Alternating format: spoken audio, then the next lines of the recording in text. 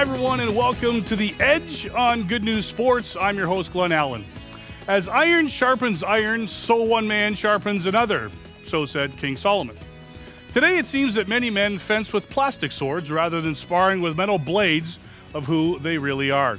As men, we tend to keep our relationships at a surface level, talking about home improvement, sports, and the weather, but we don't dare talk about anything personal or challenge each other to a higher level of living. Why? Where's our backbone? To talk about this today, we have the host of the Drew Marshall Radio Show, Drew Marshall. Sir Drew, how you doing, buddy? Good, man. I'm ready to talk about the Bears game. Okay. He's the author of a book on emotional fitness for men called Sweating from Your Eyes. Please welcome to the show, Dave Loney. Dave, how you doing, buddy? Great to be here. Good to see you. Also, we have former Toronto Maple Leaf forward Mark Osborne, also of HMI, Hockey Ministries International. Boy, good to see you. Good to see you, buddy. And last but certainly not least, former WWE superstar wrestler, the $1 Million Man, Ted DiBiase. I'm ready for a fight. Come on, you got your swords. Let's do it. Let's do it, man. Let's do it. Come on. You ready, Drew? I'm in. I've got my sword. Okay. Your sword? Yeah. This topic's going to frustrate me, man. Why? Why is it going to frustrate you? And why is it all about you? It usually is. That's why I have a show called The Drew Marshall Show. Good plug, though. Yeah, I snuck that one in pretty good. No, it's frustrating. It's finding the balance of being the macho male warrior and then trying to get below the surface, especially with other guys. I do not like getting below the surface with other guys. And why would you think so many men are afraid to get real with each other? What's the barrier? Ozzy, I mean, you spent years in the NHL, pride and fear. Bingo. Fear, big time. I mean, we got this image that we're trying to uphold and pretending that there's nothing wrong and we got it all together. And one of the things I think that you probably can relate to is the guys who can we trust? Who are those ones that are going to listen? I want a listener in my life. I don't want somebody telling me what to do, because telling me what to do, you got to do this, you got to do that. Expectations become very, very high. I want someone to be able to listen to me. And the confidentiality factor. That's a mouthful. It's one thing to trust somebody to listen, but do you trust them not to go blabbing it and all of a sudden it become church gossip? Yeah, that's like, They gossip you in can't believe what that guy did, That's horrible. Well, I mean, Ted, you and I saw a movie, the Nativity Story, recently. Ted and I were watching it. And Went together? Yes. It's a date. You're scared. You're Male bonding. I'd say you're picking the wrong guys to be with. I live for this stuff. I spend every Friday of the week, every Friday morning, in 3 different groups with guys. For different purposes, but that being with men and encouraging men and challenging men and talking about the real stuff for me has been my survival, and I just walk right into that. I get charged from that. Once you discover that. What are you scared of? Yeah, once you discover that and once you get comfortable with that, but for most men, getting there and getting past that barrier is the deal. I mean, Because you haven't been brought up that way. Absolutely. What's the world teach us? Suck it up, big boy. Be strong. Don't talk. Yeah. Stuff it. Right. Real men don't cry. Yeah.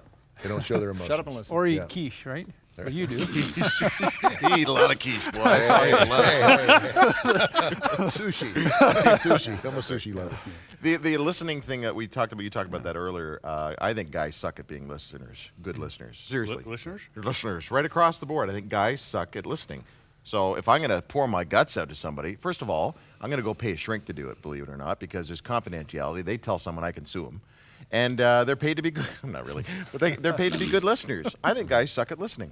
Well, I mean, we What? sucked at baseball when we first picked up a ball and put a mitt on as well. And one of the reasons that we suck at it is because we don't do enough of it. So I think we just got to spend more time doing it and practicing it.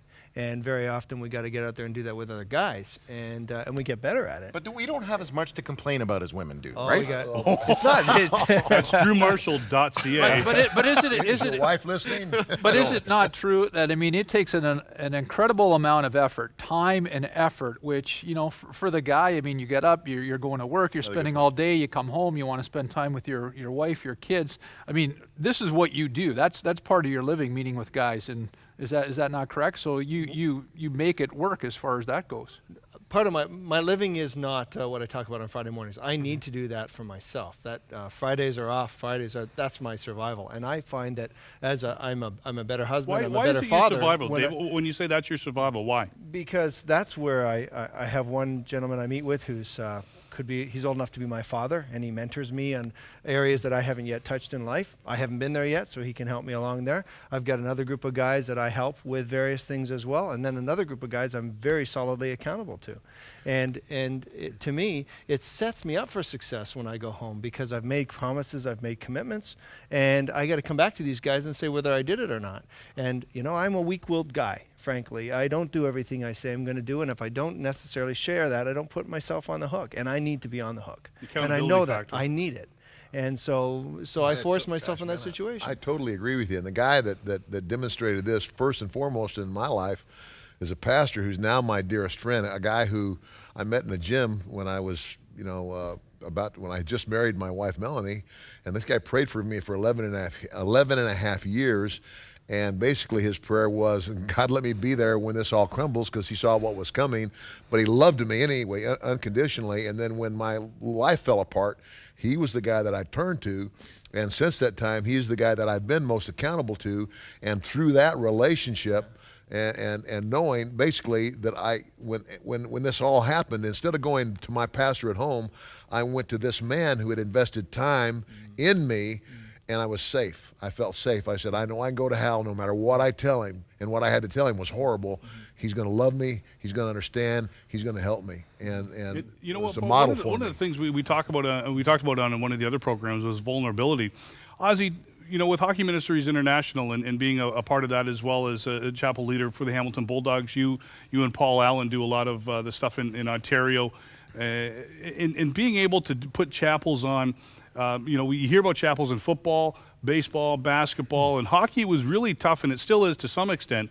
But getting in and talking about and doing the chapels for the guys, I mean, I even think of the Hamilton Bulldogs right now, because I guess my point being is where we've started with chapel with them gives them an opportunity to come together on the road and share in likeness. Because it's tough in the dressing room, and I don't think some people realize that, but maybe somebody does who works in a steel factory or whatever, who is looking to bond with somebody, a like person, who may have that walk with God, but is too afraid to say anything. Well, hopefully you do have that. Hopefully you are able to connect with a guy that you bond with, you relate to. He can listen, you can talk, you can keep things in private in many respects. I mean, that's based on a lot of trust, and hopefully you can come to that point. And certainly in the game of hockey, I mean, there's a lot of skepticism out there. Who can I trust, and what's this guy want from me? Certainly with a professional athlete, that's where that goes. But again, coming over those barriers, which takes time, and building a relationship takes time as well, without banging on you. Probably your mentor didn't bang on you, but he was patient and he waited for you. Absolutely. Right? Absolutely. He waited for me to come along. And in turn now, by his example, it's like for the time that I had gone back into the wrestling world, I looked for those opportunities. I actually prayed about them. And as God led these guys to me, there are several guys now who I'm doing the same thing. I call them every now and then. I don't pressure them. I'm not beating them over the head with the Bible and the Scripture.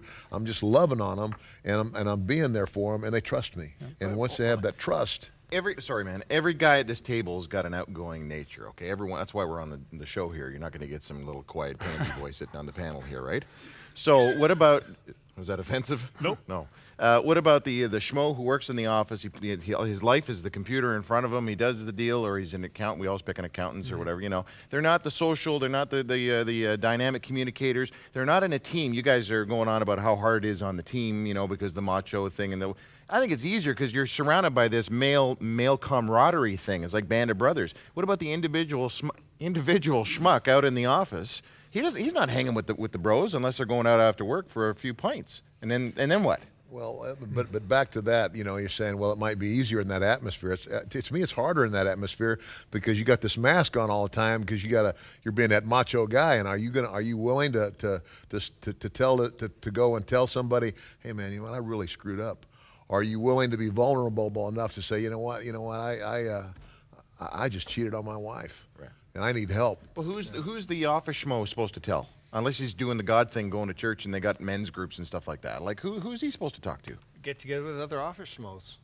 There you go. The office schmo club. Yeah, well, yeah. Everybody's got to find somebody. Talk about what schmoing looks like, and then and then deal with their lives together. I mean, come on, Guys don't do that flipping stuff. Oh, They yeah, don't do. No, in an office, no way, not a chance. No, I'm man. not talking about it in an office. Yeah, but that's what I'm before saying. the office. At Well, you know breakfast, what? at a coffee shop. I don't want to say they don't do it because you see some of the guys, and I'll use the Discovery Group again as an example, one that Fred Christmas and Paul Henderson started years ago, dealing with businessmen and people who are in that office and quite frankly need that relationship, and they've really climbed the ladder. There's nothing left. They feel empty, and these guys are able to come together in small groups very early in the morning during the week.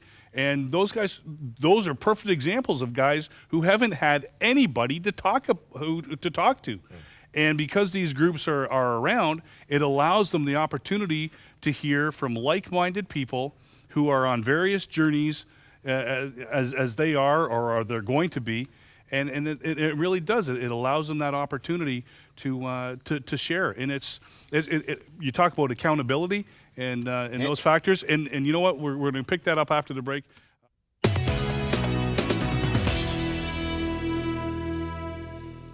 And welcome back to The Edge on Good News Sports. Glenn Allen, Drew Marshall, Dave Loney, Mark Osborne, Ted DiBiase.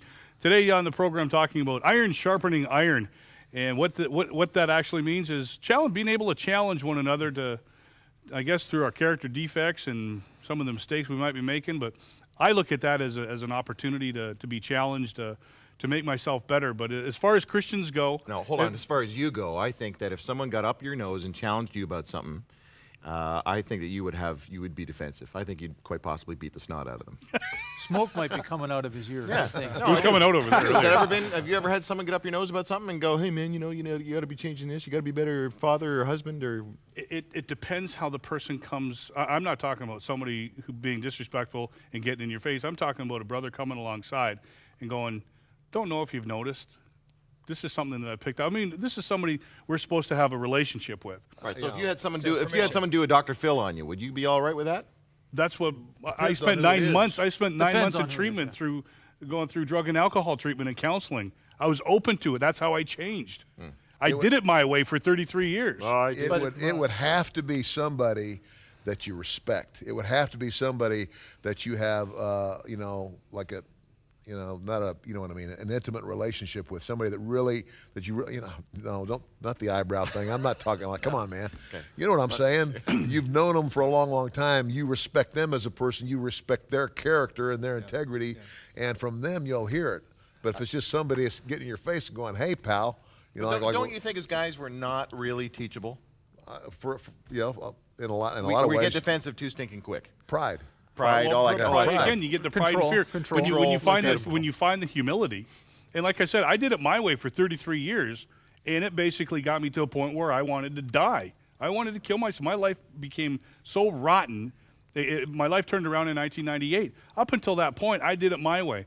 If I hadn't got... Say that line one more time. I do it. Break out into a song and dance here. That's what I was waiting for. But when you do it like that, I mean, it's that humility, that rigorous honesty. Rick Warren's Purpose-Driven Life. I got partway through that, and I looked at it and I went, that's recovery. That's what the 12 steps teach me. Yeah. It's a rigorous honesty, like you said. I think we have to learn to become our own referees. Where, you talked about someone else coming and giving you feedback, and that's expecting someone else to blow the whistle on you. I think we got to get better at saying, "Hey, I crossed the blue line at the wrong time. I'm going to blow the whistle on myself, and as a result, maybe I need to go to the penalty box. And maybe I got to deal with this thing because I don't want what this is going to bring me down the road." So, from my perspective, we got to get better at saying, "This leads to that. I don't want that. How do I get there?" For example, case in point, I've been married for 24 years. A year ago, I had one of those fights with my wife. I don't know if you've ever had a fight with your wife, if some of you guys are married, but where you end up taking the escape route out of the argument, which is the keys to the car, and out the driveway, I'm out of here. You did that? Oh, yeah, I did that. Little I sucky did. pants. And I'm driving down the road going, where should I go? And you know what I'm thinking? What are my options? Go to the bar, go sleep sleep it off in the truck. And no, I don't do that very often, but I'm having those thoughts. Now, I think that way. Well, what does that lead me to? It doesn't lead to a 50-year relationship with my wife if I take those steps. That's what I really want, but I sure don't want it right now. I got a relationship with a guy. I blow the whistle, call him up and say, "I don't want to go home. Talk to me." Half an hour later, I'm a sucky pants. I'm driving up the driveway, going home saying, "These are what I'm going to say to my wife. I'm going to apologize. We're going to do the deal. And tomorrow I'm going to call him and tell him what I did." beats going to a bar and possibly destroying the we- relationship. we've I blew learned the not- whistle. we've learned to totally live a different way. And what the world has taught us to do is totally what you're saying. Well, Exactly. I'm going to take my ball and net and I'm going to go home and the heck with you, cause you're going to. No, I was going to say, I mean, what ends up happening is that you go and say what's on your heart and what's on your mind, rather than going to Glenn and say, hey, by the way, Glenny, how are you doing? What's going on with you? And try to get some stuff out of you. You know, are you doing okay? you something I wrong? detect something's wrong with you. that's a I mean, part it's of a it as whole well. different part of it. How many guys do that, Mark? Seriously. Well, you- I'm you- saying I don't do it. I'm doing it, but that's what Glenny's challenging. He's saying, you know what? I need to get in your face a little bit, Mr. Marshall. I think what he's saying is that more men need to do that.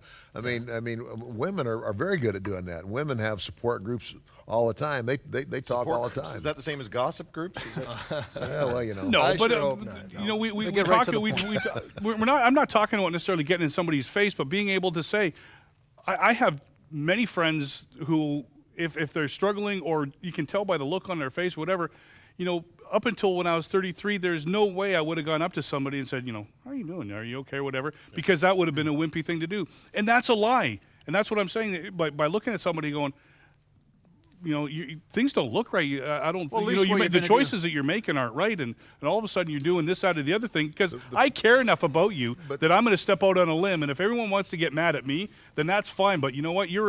My relationship with you is worth a lot more than people pointing their finger at me and saying, "Oh, I don't really care." I know. I don't care and everything Glenn, like the flip that. side of that, the flip side of that, iron sharpens iron, is if you have that kind of a relationship with the guy, and you're really friends, and you screw up. You make a mistake, instead of you waiting for him to call you and say, "Hey man, are you being accountable?" You pick up the phone and you call your buddy, and you have the integrity to say, "Hey man, I screwed up." That's right. But you know what? And again, I'm going to go back to an analogy with recovery, because people relapse in recovery. The relapse begins internally.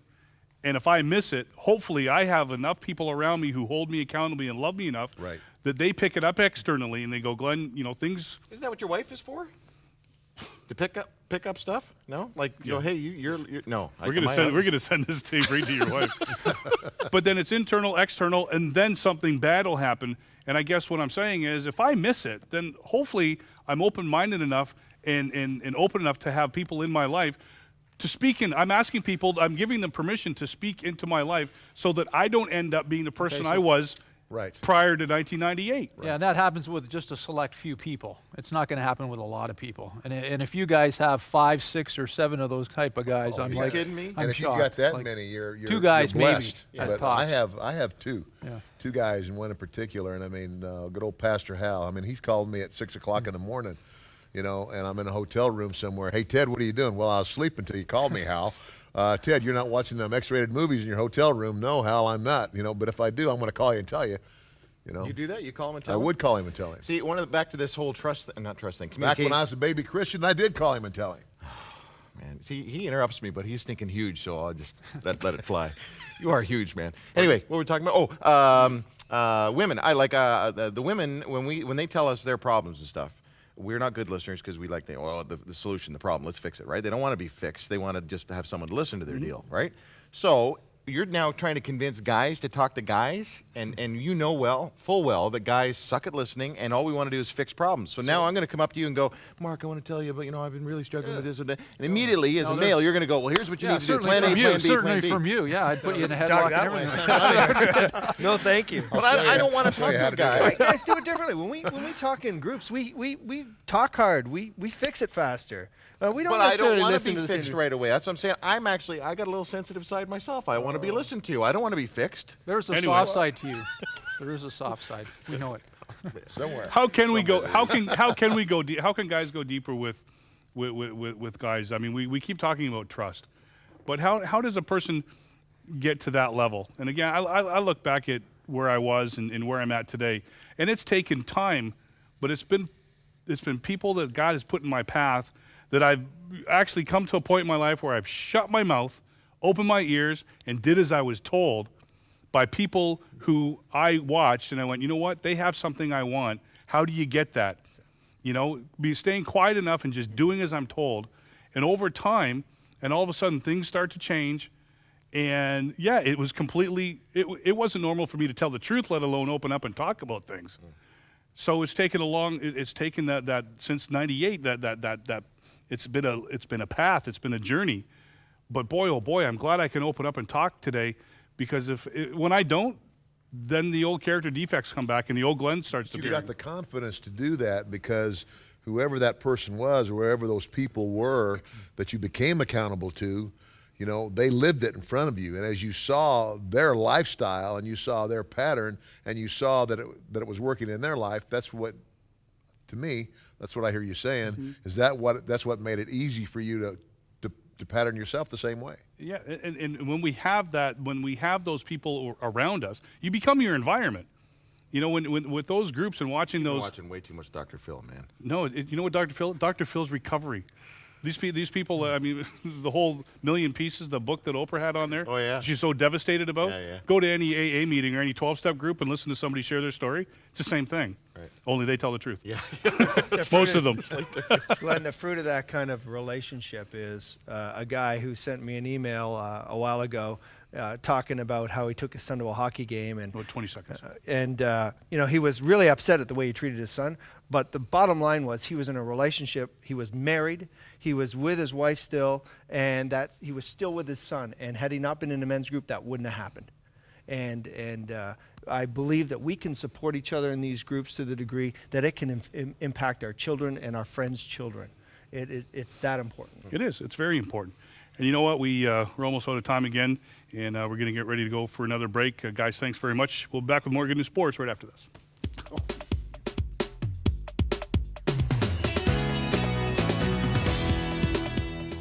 Guys, listen. You don't have to suck it up or stuff your feelings all the time to be a real man. Find some like-minded guys that you can trust, whose character you admire, and get real. Make promises and hold each other accountable.